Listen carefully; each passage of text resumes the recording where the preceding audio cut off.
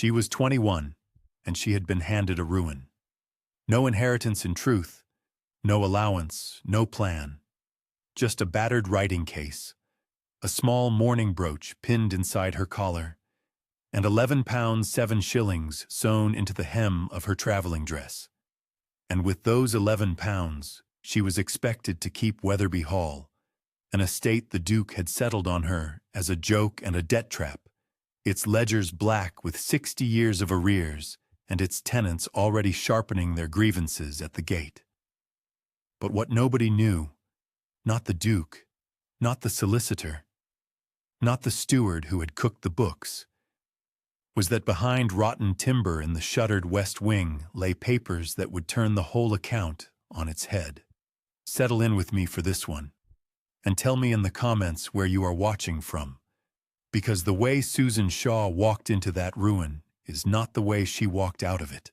Susan Shaw had been born in the last week of a cold March in a rectory outside Kettering, the only child of a curate who read Greek at breakfast, and a mother who kept the parish accounts in a tidy hand.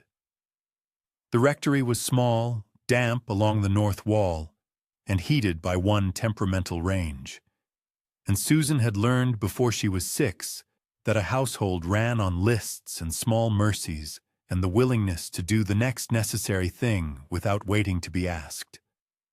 Her father died of a chill caught at a winter christening when she was 9, and her mother, who had been the stronger of the two in every way that mattered, held the household together for another 8 years by taking in copying work and teaching French and Italian to the daughters of the local gentry, until a slow illness of the lungs took her too. In the summer, Susan turned 17. What Susan had, in place of family after that, was Mrs. Harriet Bligh, 63, the widowed housekeeper who had come to the rectory as a girl of 20, and stayed on for want of anywhere else to go.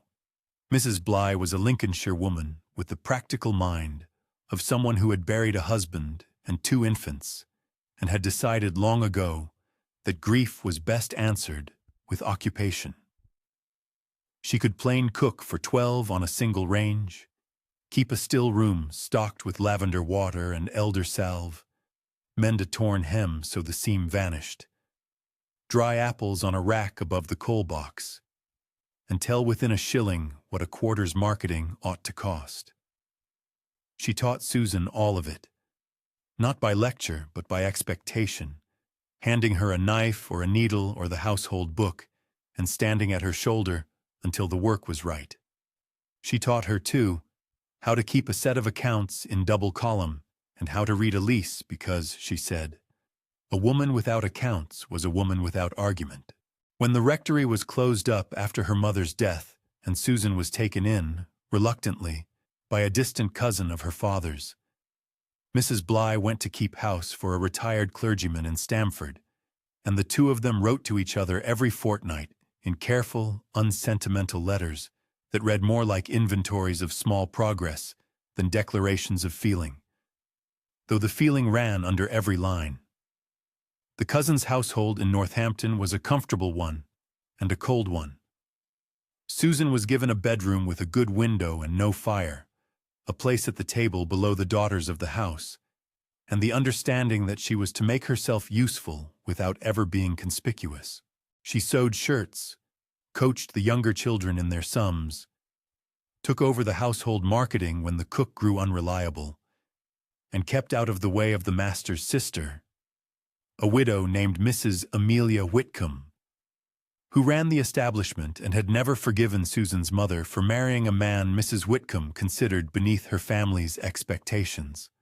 For 4 years, Susan lived that way, learning to be invisible and indispensable at once, saving the small sums that came to her at Christmas and on her birthday, reading late by a stub of candle in the room with no fire, and answering Mrs. Bligh's letters with a steadiness that did not quite hide how tired she was becoming. The one thing she owned outright, and the one thing she would not have parted with for any sum, was her mother's mourning brooch. A small oval of jet set in worked gold, with a plait of her father's hair sealed under glass on the reverse, and the words, "Not lost, but gone before engraved along the rim." Her mother had worn it every day for 8 years and had put it into Susan's hand on the last afternoon of her life. Folding Susan's fingers closed over it without speaking, because by then she could not speak. Susan wore it always, pinned inside the collar of her dress, where no one could see it and no one could take it.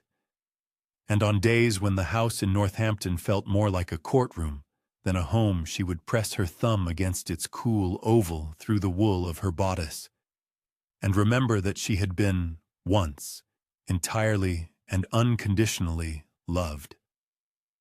She was, when the letter came from the Duke's solicitor, 21 years old, 5'4", with brown hair she pinned in a plain coil, hands that were quick with a needle and quicker with a column of figures, and an outward manner so quiet that Mrs. Whitcomb had more than once described her, at dinner, as agreeably unassuming. What Mrs. Whitcomb did not know, and what the Duke of Aldington's solicitor was about to discover, was that beneath the agreeably unassuming surface Susan Shaw had been taught by a Lincolnshire widow to read a lease, keep an account, and recognize, at a glance, the difference between a household that was poor and a household that was being robbed. The letter came on a Tuesday in the last week of February, delivered by the second post, and laid, with the rest of the household's correspondence, on the silver tray in the front hall. Mrs. Whitcomb opened it herself, as she opened everything that came into the house, and read it through twice before she summoned Susan to the morning room. The fire had been let go low. Mrs. Whitcomb sat with the letter open on her lap and her hands folded on top of it, and she looked at Susan for a long moment before she spoke, in the way of a woman who has been given, unexpectedly, a piece of good news she does not intend to share. The letter was from a firm of solicitors in Lincoln's Inn Fields, Messrs. Paget and Lowe, acting on behalf of His Grace the Duke of Aldington.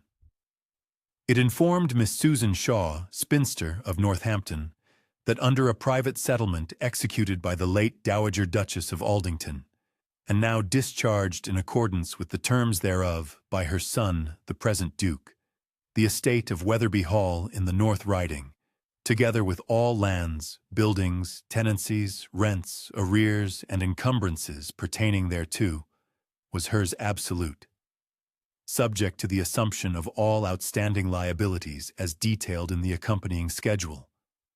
There was no allowance. There was no interim provision.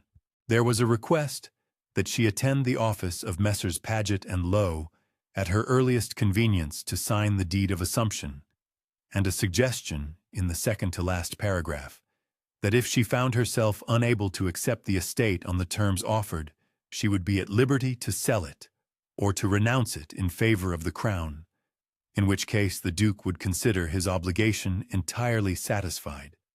Mrs. Whitcomb folded the letter along its original creases, tapped it once against her knee, and asked Susan whether she understood what it meant. Susan, who had read it upside down as Mrs. Whitcomb turned the pages, said that she believed she did. Mrs. Whitcomb said that of course the sensible course was to renounce, and that as a young woman with no experience of estate management, Susan could hardly be expected to shoulder such a burden, and that she herself would write to Messrs. Paget and Lowe in the morning to signify the renunciation and be done with it. Susan said very quietly that she thought she would prefer to go to London and sign the deed. Mrs. Whitcomb looked at her then as though she had said something in a foreign language, and after a small silence remarked that she had always suspected there was more of her mother in Susan than was strictly comfortable. The rest was administrative, and quickly done. Mrs. Whitcomb did not offer money. She did not offer the loan of a maid. She did offer, in a tone that admitted no refusal, the observation that the room with the good window and no fire would be required for a niece expected at Easter, and that in the circumstances an earlier departure would inconvenience nobody. Susan thanked her. She went upstairs, She took down from the top of the wardrobe the small horsehair trunk that had come with her from Kettering, and into it she put 2 wool day dresses, a Sunday dress of grey merino, 3 shifts, 2 pairs of stockings, a nightgown, a shawl, a pair of stout ankle boots wrapped in paper, her prayer book, her father's copy of Herodotus in Greek, a wooden workbox with her needles and thread, and the battered writing case her mother had used for the parish accounts. She unpicked that night the hem of her second-best traveling dress and took from between the layers of buckram the £11 7 shillings she had saved out of 4 years of Christmas and birthday gifts and small copying commissions. And she sewed it back in again, redistributed now in 3 separate places so that no single tear would empty her. She wrote to Mrs. Bligh at Stamford, giving her the news in 6 sentences and the address of Wetherby Hall as she had it from the schedule, and she asked Mrs. Bligh if she could bear to leave Stamford, to come. She sealed the letter, addressed it, and set it on the mantelpiece for the morning post. Then she took the mourning brooch from inside her collar, held it for a moment against her cheek, and pinned it back where it had always been. She did not cry. She had not, in 4 years under that roof, once given Mrs. Whitcomb the satisfaction of seeing her cry, and she was not going to begin on the last night. She left Northampton on the Friday morning coach, in a fine cold rain that turned the streets to a shining grey, and she signed the deed of assumption in a panelled room off Chancery Lane on the Saturday afternoon, watched by a clerk with inky cuffs and by a junior partner of Messrs. Paget and Lowe, who seemed unable to meet her eye. The junior partner, a Mr. Lowe of about 40, presented the schedule of arrears without comment. 60 years, it ran to, in a small, close hand, unpaid tithes, unpaid interest on a mortgage taken out in 1811, unpaid wages, unpaid tradesmen's bills, and one very large sum, in a heavier ink than the rest, entered simply as due to the estate of Josiah Marlin, former steward, deceased, for expenditures advanced on the property between the years 1832 and 1849. Susan read the schedule through twice, as Mrs. Whitcomb had read the letter, and signed her name at the bottom in a plain round hand. Mr. Lowe blotted the signature, gave her a copy of the deed folded into a stiff envelope, and told her that the keys to the hall were held by a Mr. Iremonger, the sitting solicitor in the market town of Wetherby-under-Fell, and that Mr. Iremonger would be expecting her. She travelled north on the Monday, by the London and Northwestern as far as York, and then by a slower branch line that wandered eastward through flat, wet fields and stopped at every hamlet, and at last by the carrier's cart from the station at Fell Bridge, sitting up beside a taciturn man in a wet oilskin who did not ask her name. The rain had stopped by then and given way to a low sky the color of unpolished pewter, and the wind came off the moor in long, slow pulls that smelled of peat smoke and wet grass and the particular cold iron smell of country stone. She saw hedges black with winter, and stone walls patched and repatched over generations, and sheep the color of old lard huddled in the lee of thorn trees, and once a heron standing motionless in a flooded ditch. The carrier told her, without being asked, that Wetherby Hall lay 4 miles beyond the town, at the end of a lane that had not been metalled in his lifetime, and that the last steward had been a bad man, and the one before him worse, and that the tenants had not paid rent in living memory, because there had been no one at the hall worth paying it to. He said this looking straight ahead at his horse's ears, and Susan, sitting beside him with the horsehair trunk between her boots and the writing case on her knees, listened and said nothing, and filed each sentence away as she had once filed the market prices of butter and eggs. They came into Wetherby-under-Fell as the light was going, past a squat grey church and a row of low stone cottages with lamps just beginning in the windows, and the carrier drew up in the yard of the Bell and Sheaf and set her trunk down on the wet cobbles and touched his hat and drove on. Susan stood a moment in the yard, with the wind pulling at the ribbons of her bonnet, and she pressed her thumb through her collar against the cool oval of the brooch, and she went in to find Mr. Ironmonger and the keys. Mr. Ironmonger was a thin, grey man of about 60, with a black coat gone shiny at the elbows and a habit of clearing his throat before he spoke, and he received her in a small parlour off the tap-room of the Bell and Sheaf, where he had evidently been waiting the best part of the afternoon over a cooling cup of tea. He rose when she came in and looked her up and down once, and then, having taken her measure to his own satisfaction, produced from a leather wallet 3 iron keys tied together with a leather thong, and a 4th, larger key wrapped separately in a scrap of oiled paper. He told her that the 3 keys were for the front door, the yard door, and the garden door, and that the 4th belonged to the west wing, which had been shuttered and locked in the year 1849, and had not, so far as he knew, been opened since. He told her that the hall had been kept from falling in only because the roof was slate and the walls were 3 feet thick, and that beyond this he could promise nothing. He said the tenants were expecting her, in the sense that they knew she was coming, and she should not mistake this for welcome. He offered her a room at the Bell and Sheaf for the night and the loan of a lantern, and Susan accepted both and paid for the room out of the loose shillings in her purse, and kept the £11 7 shillings sewn in her hem where they were.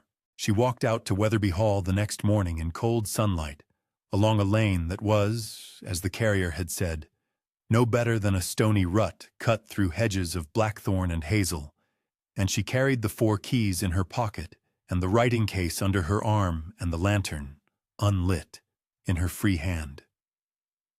The lane climbed a shoulder of pasture, and then dropped down through a stand of neglected oaks, and Wetherby Hall stood at the bottom of the fall in a wide silted meadow beside a stream, and it was larger than she had allowed herself to expect, and worse. It was built of the local grey stone in 2 long ranges set at right angles, with a shallow slate roof pitched for weather and a stone porch over the front door, and a range of stables and a coach-house making a 3rd side of a rough courtyard behind.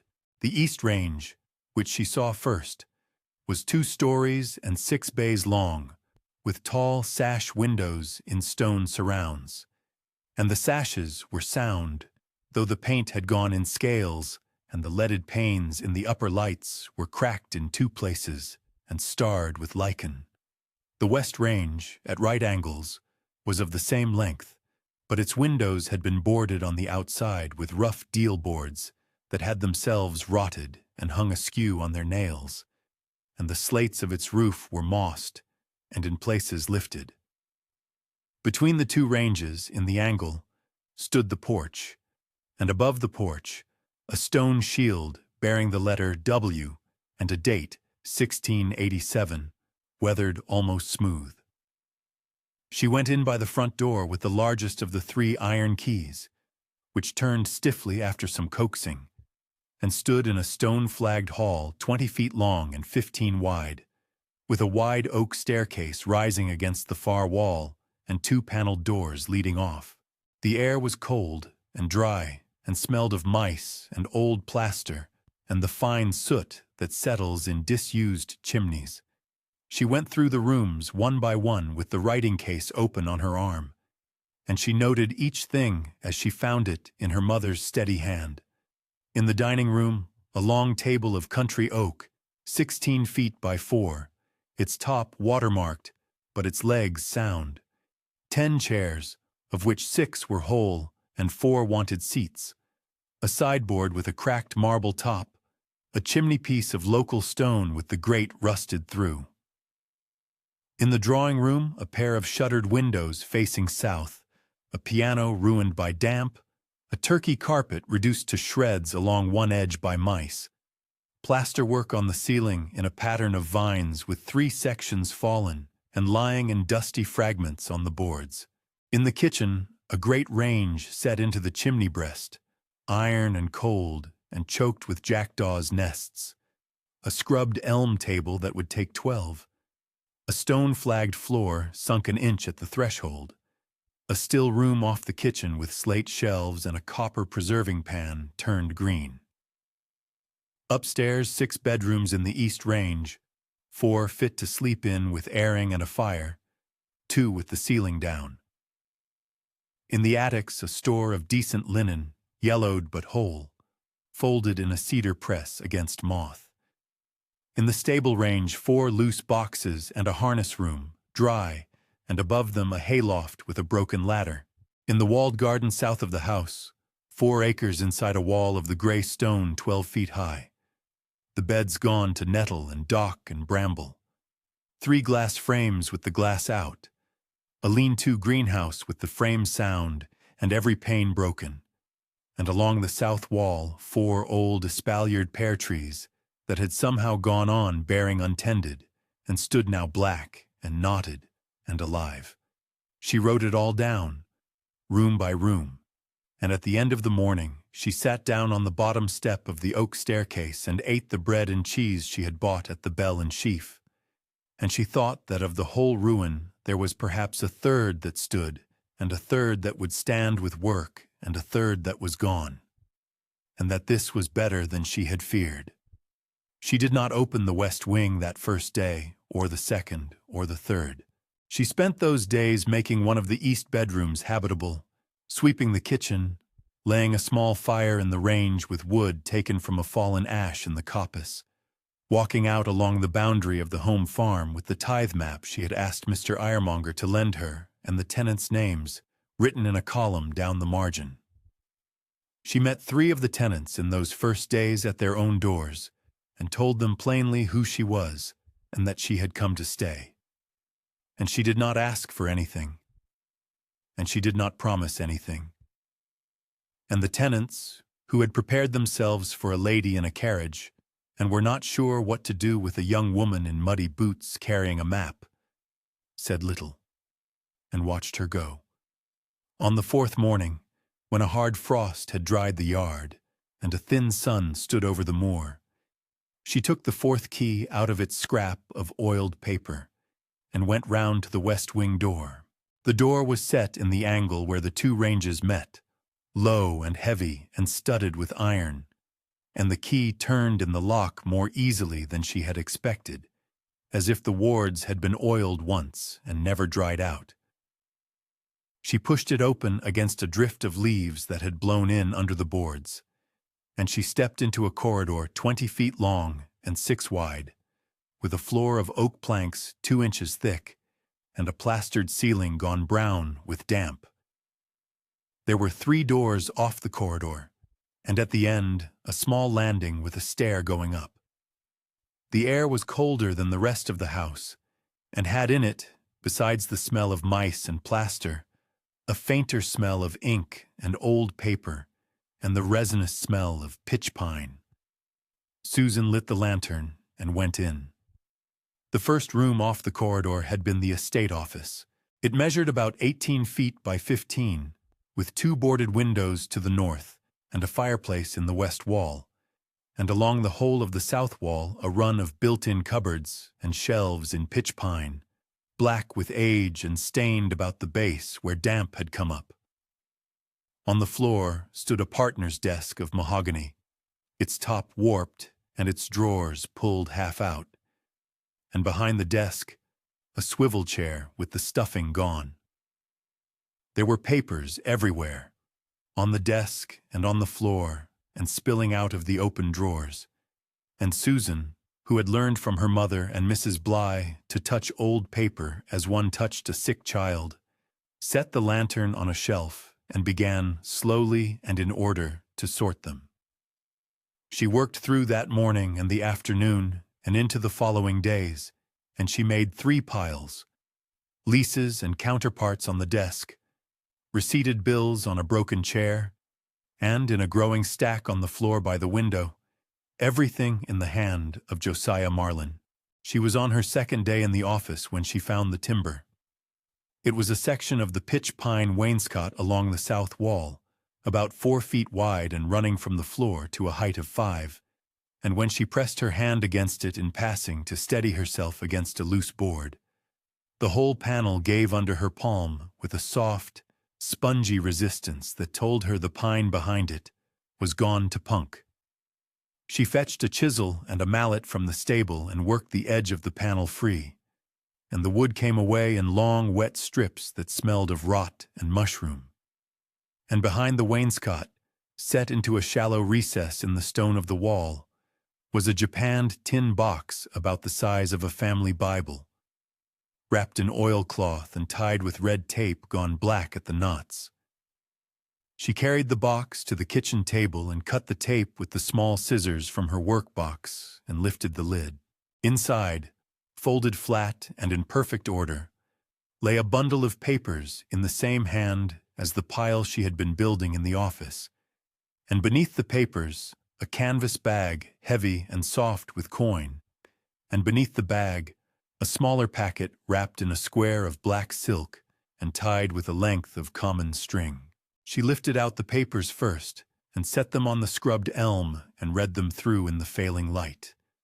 And when she had finished, she sat still for a long time with her hands flat on the table and her eyes on the far wall, because what she held in front of her was the private ledger of Josiah Marlin between the years 1832 and 1849, kept in double column in his own hand, and it showed, entry by entry, that the very large sum entered against his estate in the schedule she had signed in Chancery Lane had never been advanced at all, that the timber said to have been bought had been felled off the estate and sold, and the money kept, that the drainage said to have been done had never been cut, that the wages said to have been paid to laborers named in the book had been paid to no such men because no such men had lived in the parish, and that the whole of the claim, some £4,200, with 60 years of interest laid on top, was an invention supported by forged receipts, a bundle of which lay pinned to the back of the ledger with a brass pin.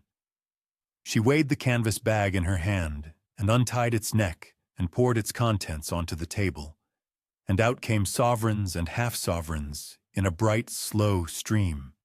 And when she had counted them into piles of 10, she had £218 in gold.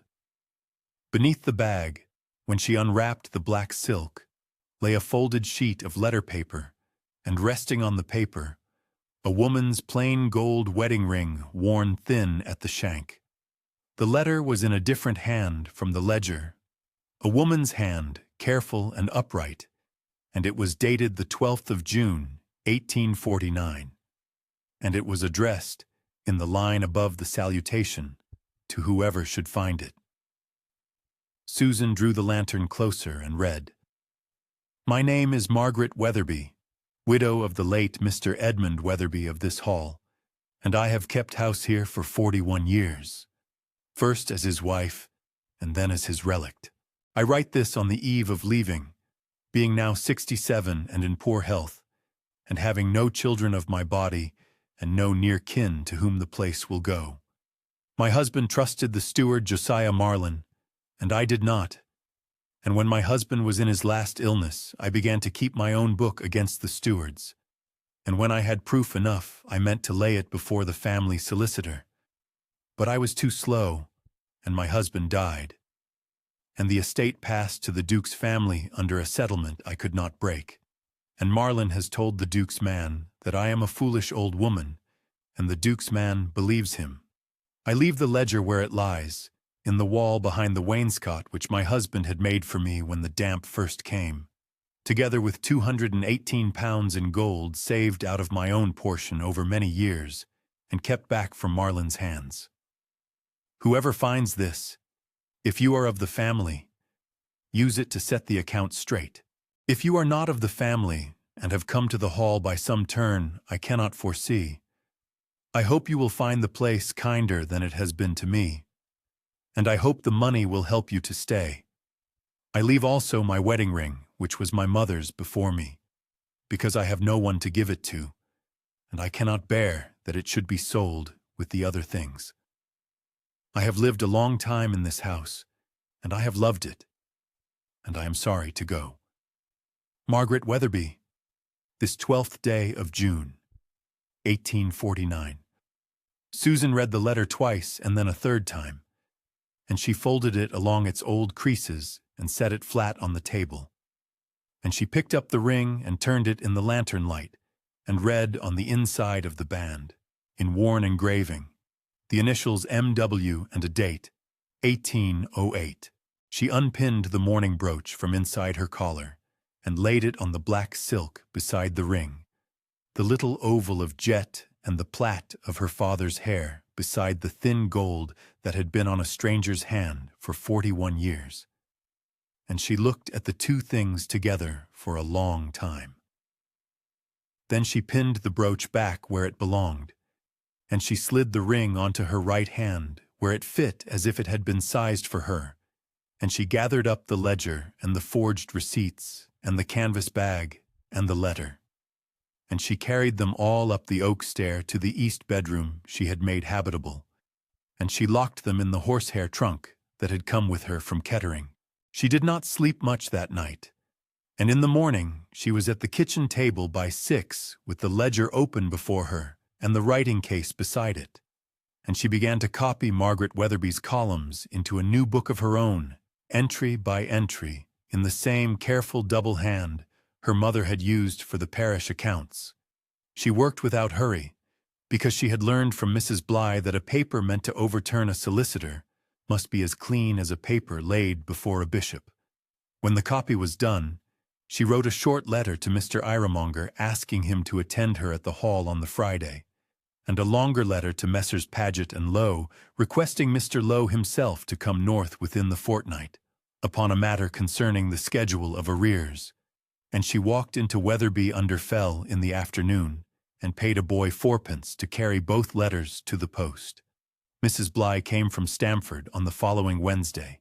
She arrived on the carrier's cart in a black bonnet and a grey wool cloak with a japanned trunk of her own, and she looked at the hall once from end to end, said only that the range would draw well enough when the jackdaws were out of it, and set down her bonnet on the elm table. Within a week the kitchen was scrubbed to the flags. The range was drawing clean and hot. The still-room shelves had been wiped with vinegar and lined with brown paper, and a copper of water stood always warm on the back plate for whoever came to the door. They began to come. Mr. John Redmayne, tenant of the home farm, 61, a broad, quiet man in a brown smock, came first with a churn of milk and a half-pound of butter wrapped in a dock leaf, and stood in the yard turning his cap between his hands until Susan asked him in.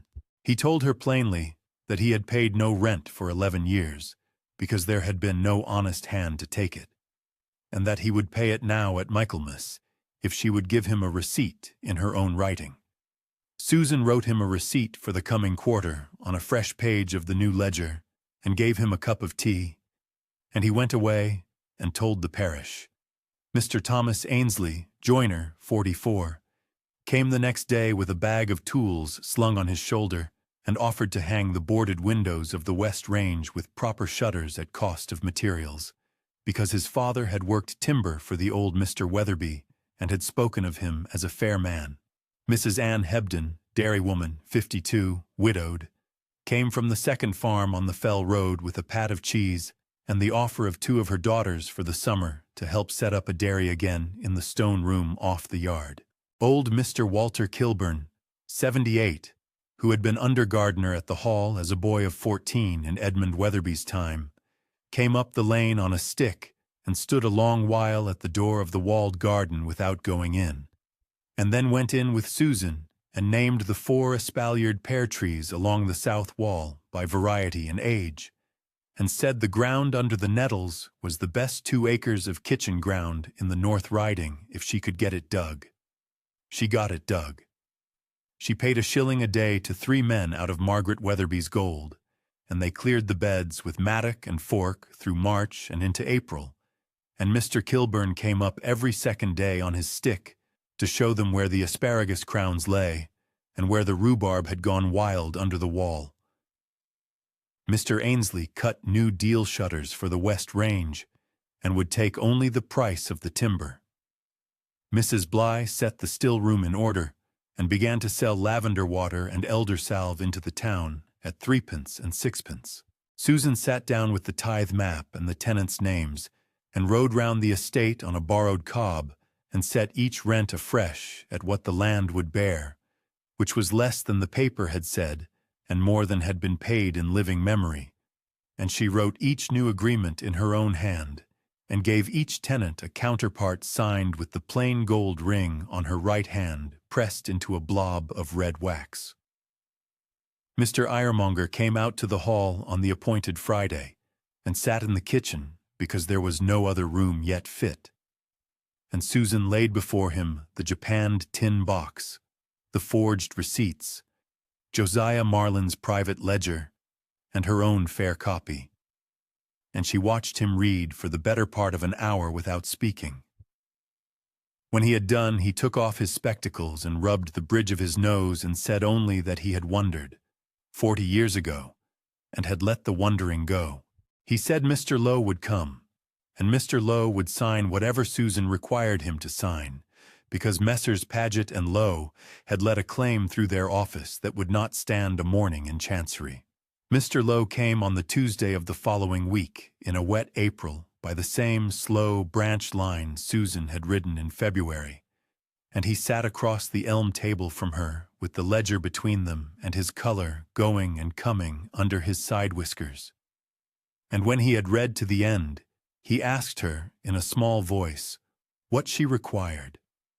Susan required 3 things: that the entire Marlin claim be struck from the schedule, that Messrs. Paget and Lowe write to the Duke of Aldington in her name, informing him the arrears were reduced by £4,200 and interest, and would be discharged by her out of the estate within 2 harvests, and that Mr. Lowe pay from the firm's own pocket the fees of a King's Counsel to see the corrected schedule filed in London.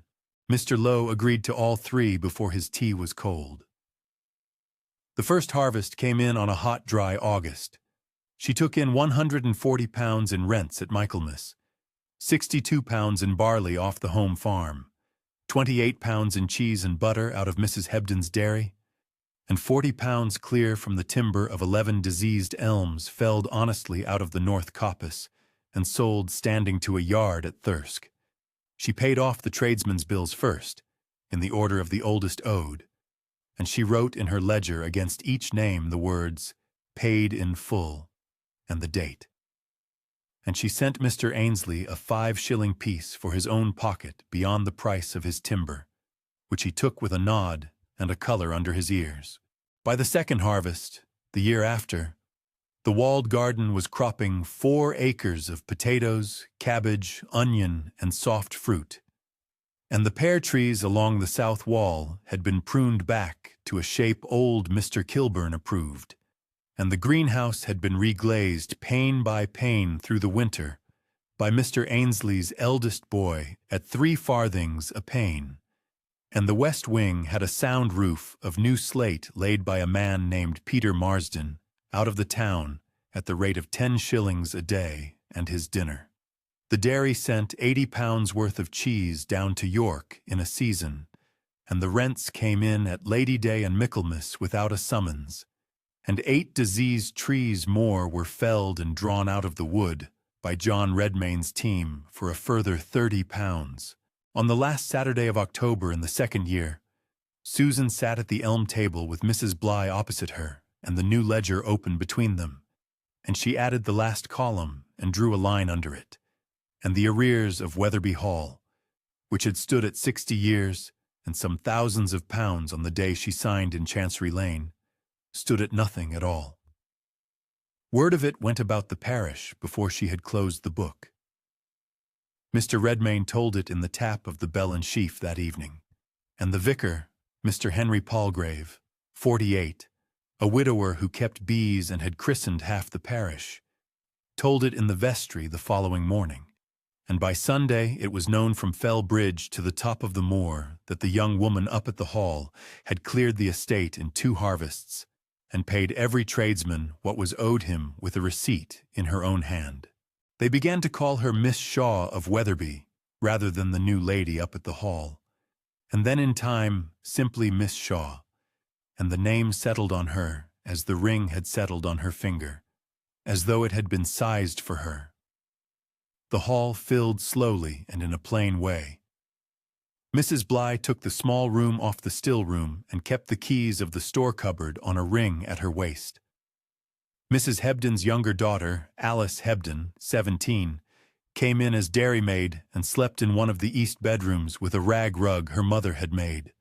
Old Mr. Kilburn walked up 3 days a week from his cottage and sat on a bench Mr. Ainsley had made for him under the south wall of the garden, and told whichever boy was weeding that day where to put his hoe.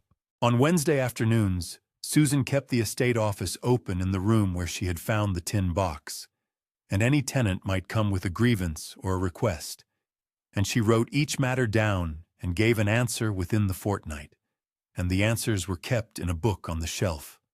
On Sunday mornings, she walked down the lane in her grey merino to the squat, grey church, and sat in the Wetherby pew, which had been empty for a generation, and Mr. Palgrave nodded to her from the pulpit, as he would to any parishioner of standing. After service, women who a year before had watched her pass without speaking, now stopped her by the lich gate to ask after Mrs. Bligh's cough or the pear crop or the price of onions. And Susan answered each in turn and remembered their names. At Christmas of the 2nd year, she laid on a supper for the tenants and the tradesmen in the long dining room, at the country oak table 16 feet by 4, on which Mr. Ainsley had planed out the watermarks and rubbed in beeswax through the autumn evenings. There was mutton from John Redmayne's flock, and cheese and butter from Mrs. Hebden's dairy, and potatoes and onions and pickled pears out of Susan's own ground, and bread baked in the range by Mrs. Bligh, and a barrel of ale sent up from the Bell and Sheaf by the landlord, whose name was Mr. Josiah Fenwick, 56, and who had refused payment for it. The 10 chairs were whole now, Mr. Ainsley having recaned the 4 whose seats had gone, and there were benches down the sides for the younger people. Susan sat at the head of the table with the plain gold ring on her right hand, and the mourning brooch pinned inside her collar. And when Mr. Palgrave asked a blessing, she bent her head with the rest, and did not speak. Later that night, when the tenants had gone home down the lane with lanterns swinging, and the tradesmen had taken their coats from the pegs in the stone hall, and Mrs. Bligh had gone up to the small room off the still room with her candle, Susan sat alone at the long oak table with one lamp burning at her elbow and the new ledger open in front of her. The fire had burned down to a red bed in the grate. The room smelled of beeswax and mutton fat, and the tallow of the guttered candles along the table. She had drawn her line under the last column that afternoon, but she turned back through the pages now, not to check the figures, only to look at the names written in her own hand. John Redmayne, Anne Hebden, Thomas Ainsley, Walter Kilburn, Peter Marsden, Alice Hebden, Josiah Fenwick, Henry Palgrave, and, on the first page of all, in a firmer ink than the rest, Margaret Wetherby, widow, whose columns she had copied entry by entry on a morning in March when the range would not draw, and her hands had been cold. She rose and went up the oak stair to the east bedroom, and from the horsehair trunk that had come with her from Kettering, she took out the japanned tin box, and from the japanned tin box she took the square of black silk. She carried the black silk back down to the table and unfolded it beside the ledger. On it she laid 2 things. The first was the plain gold wedding ring worn thin at the shank, which she had slipped off her finger for the purpose, and which bore inside its band the initials M.W.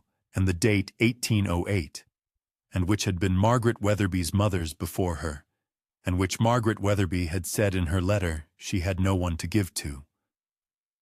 The second was the mourning brooch, the little oval of jet set in worked gold, with the plait of her father's hair sealed under glass on the reverse, and the words, "Not lost, but gone before," engraved along the rim, which her mother had placed in her hand on the last afternoon of her life when she could no longer speak, and which Susan had worn every day for 4 years under Mrs. Whitcomb's roof, and every day since. They lay together on the black silk in the lamplight, the jet and the gold, and Susan looked at them a long while, because they were the gifts of 2 women she had never known in the same room. 2 women who had loved someone they never got to see grow up. And it seemed to her that they had between them, across 40 years and 200 miles of country, kept her from drowning.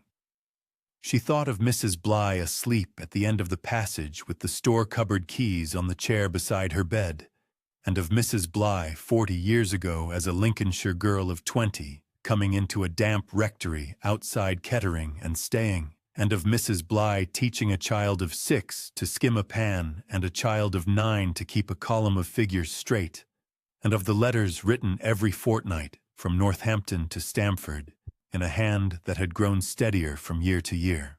She thought of her mother teaching French at the rectory table for 6 pence an hour, and of her father reading Herodotus in Greek at breakfast, and of the Herodotus now on the shelf in the estate office next to Margaret Weatherby's ledger. She thought of Mrs. Whitcomb folding the Duke's letter on her lap in the morning room with the fire let go low, and of the room with the good window and no fire, and of the niece expected at Easter, and she found she could think of them without heat, because Mrs. Whitcomb had turned out to be a kind of ferryman who had, without meaning to, put her on the right shore.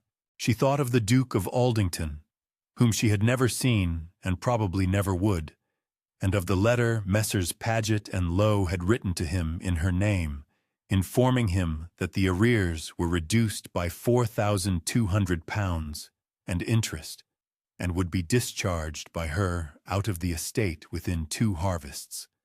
And she thought that a man who had settled a burden on a girl of 21 to be rid of it had, in the settling, given her the one thing no one had thought to give her before, which was a place of her own to stand in and a book of her own to keep. She folded the black silk again around the ring and the brooch and set them side by side on the table for a moment longer.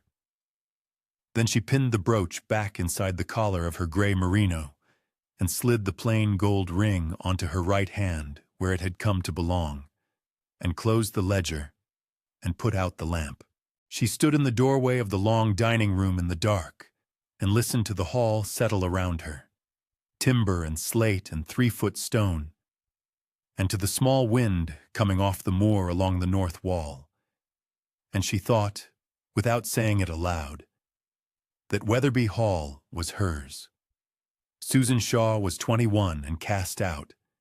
She had £11, 7 shillings sewn into the hem of her second-best traveling dress, a mourning brooch pinned inside her collar, and a battered writing case her mother had used for the parish accounts, and she spent what she had on the coach fare and the branch line and the carrier's cart out to a shuttered hall in the North Riding that a duke had settled on her as a joke and a debt trap.